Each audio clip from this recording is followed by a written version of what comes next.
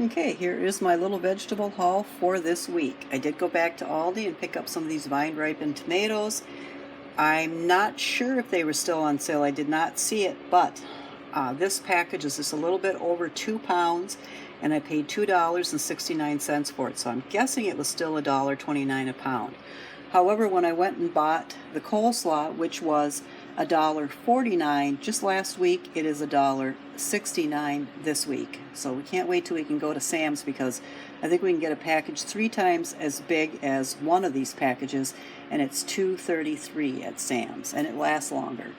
The bananas were either 57 or 59 cents last week, and this week the bananas are 71 cents a pound.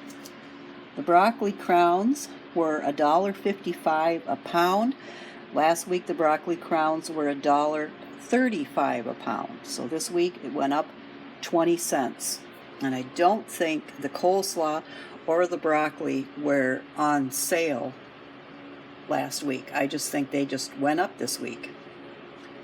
So that is the produce that I purchased at Aldi. The bananas at 71 cents a pound.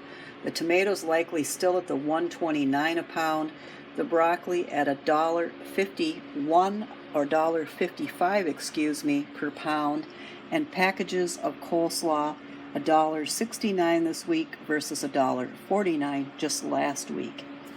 Then I went over to Walmart to get bread, as Aldi didn't have any bread or any buns, and most of the produce was gone, and the eggs were down to the last just a few eggs. By the way, I did get some eggs at Aldi. They were marked down from $3.39 to $1.05, and they don't expire till the end of this month. I'm not really sure what the deal was, but I purchased them.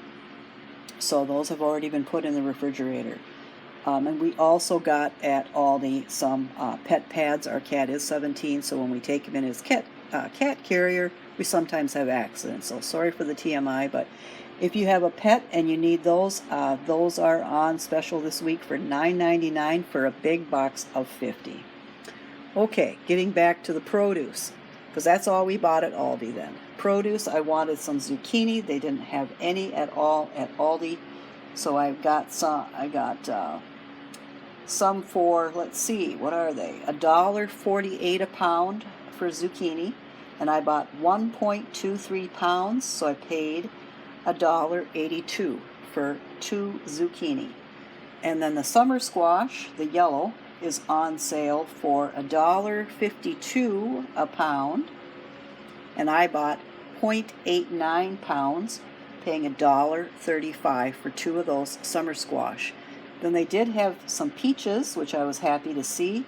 They were $2.34 a pound, and I ended up getting 1.3 pounds, therefore paying $3.25 for 4 peaches. And then Aldi also didn't have any cucumbers, but when I bought the cucumbers last week, they were delicious.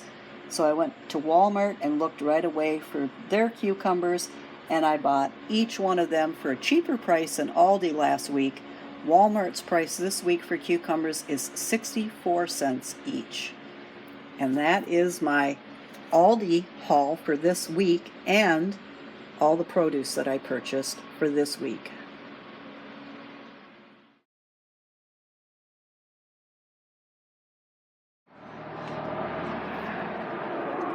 The tomato plants, can't really see them well, but there they are, looking beautiful. We have a rose. A smaller rose, this one was just planted, can't really see that well. We have the onions over in the corner. There is something underneath there. I've never grown onions before, so I'm hoping that it's onions. Little bird station, we've had lots of birds. Some lavender. Another rose that was just planted. There's some roses that are getting ready to bloom. Roses down there that are blooming. We had one this week that bloomed. And then we have the Thai basil and some rosemary. The spinach is getting ready to bolt, though we have been eating off of it. And the chard. We have a patio tomato my husband rescued from Walmart. I don't know how that's going to work out. We do have a tomato on this plant. These are big slicer tomatoes. Lavender we picked up from the lavender farm. Oregano, which is going crazy. Other lavender from the lavender farm. Sorry about the noise, but I do live next door, or next to an interstate. Some hens and chicks that are doing great. Some beautiful little yellow flowers.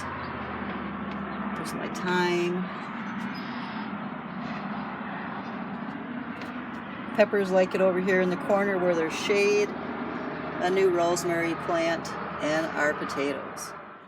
So this weekend I was doing a little bit of reorganization. So I went through all of like t-shirts, washed them if they needed to be washed, and then folded them. It's not, everything isn't perfect because I ran out of room, so I had to take this and put this the long way. But this is a t-shirt that I wear the most. So got that all looking nice. And then I have some tank tops. I got fuzz on them. Tank tops folded over here. But of course, when you wash with other things, you always get little pieces of fuzz. But anyways. And sometimes on my other channel, I get asked what books that I'm reading, because I have talked about books over in that channel. So right now, I am reading Julie Summers' Jam Busters. I also watched a show, I think the show is based on this, called Home Fires. A book called Freedom Farm by Jennifer Naves. And An English Garden Murder by Katie Gale. Those are the 3 books that I often read 1 or 2 books at a time. This time I'm just kind of reading along this one first. And if I have time, I read a chapter out of here. And I have yet to read this yet, but that's next up.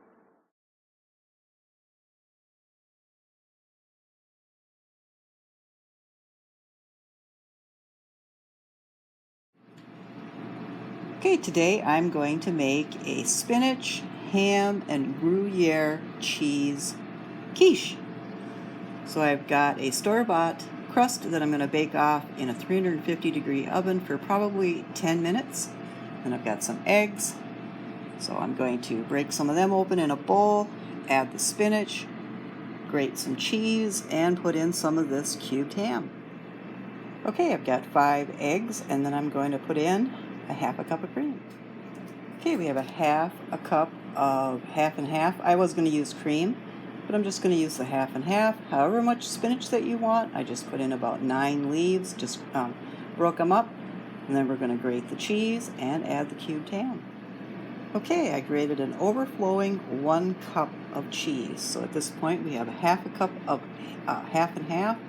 I just broke up some spinach, about 9 or 10 leaves of spinach. You can have as many leaves or as much spinach as you want. 5 eggs and some grated salt and grated pepper. So I'm going to add the cheese, and then we're going to add the cubed ham.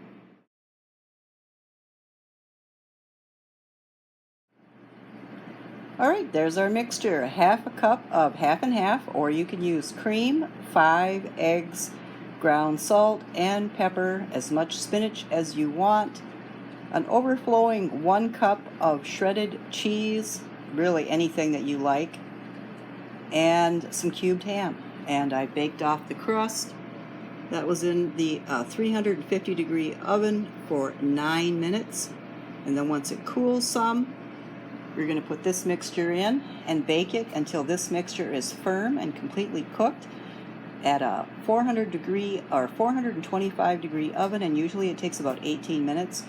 But I'll let you know, and then always when you're baking something like this, make sure that there's a jiggle factor to this. You want it to be nice and firm and the egg set up and completely cooked. So I'll show you that when it's done being baked and it comes out of the oven. And while I'm waiting for all that to come together, I'm going to enjoy a couple of pieces of watermelon. This is some great watermelon that I got for $4.98 at Walmart. Okay, and here is the quiche. Now, in my pursuit to make sure the middle was cooked, because when it looked really pretty, the middle wasn't cooked, it got a little bit darker. I'm not sure if the middle would have cooked better in an aluminum pie plate, so I probably would recommend that over glass. I don't have any aluminum, I just have 2 glass. It isn't burnt, but obviously the egg is a little darker. which I think it's going to be delicious because I like my eggs fried hard anyways, nice and crispy. So we're going to like it this way, but I think I would definitely, if I was you, try an aluminum. That would cook it better in the middle. There's no jiggle. It's firm all the way around in the middle, but right there in the middle it was still completely liquid. So we want to make sure we get that cooked. But it's delicious nonetheless. It smells delicious, filled with delicious ingredients. So we're going to eat this for Father's Day dinner. So this is what my quiche looks like, and I think it looks absolutely perfect. The crust isn't burnt. It's just a little bit of the egg on top. Got a little bit too brown, trying to get the middle cooked, but it looks fabulous.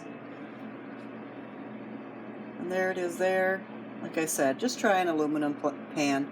It could be that the glass pan just kept it from cooking in the middle the way that I wanted it to. But other than that, it's fabulous.